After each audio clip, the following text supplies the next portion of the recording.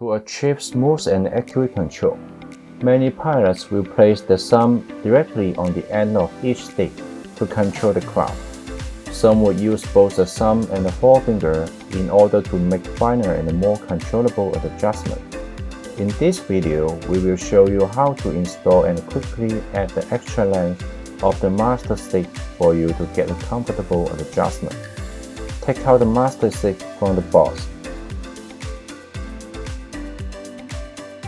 Install both sticks on the controller by clockwise rotation into the place.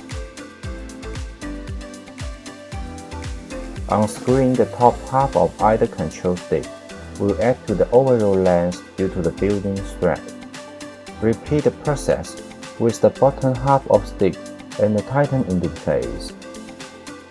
The controller sticks has now been lengthened, resulting in finer adjustment when piloting the craft.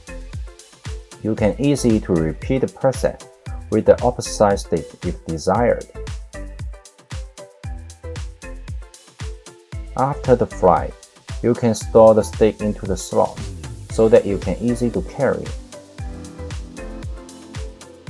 This product should help with those finer control during the flight. Thank you for watching this video.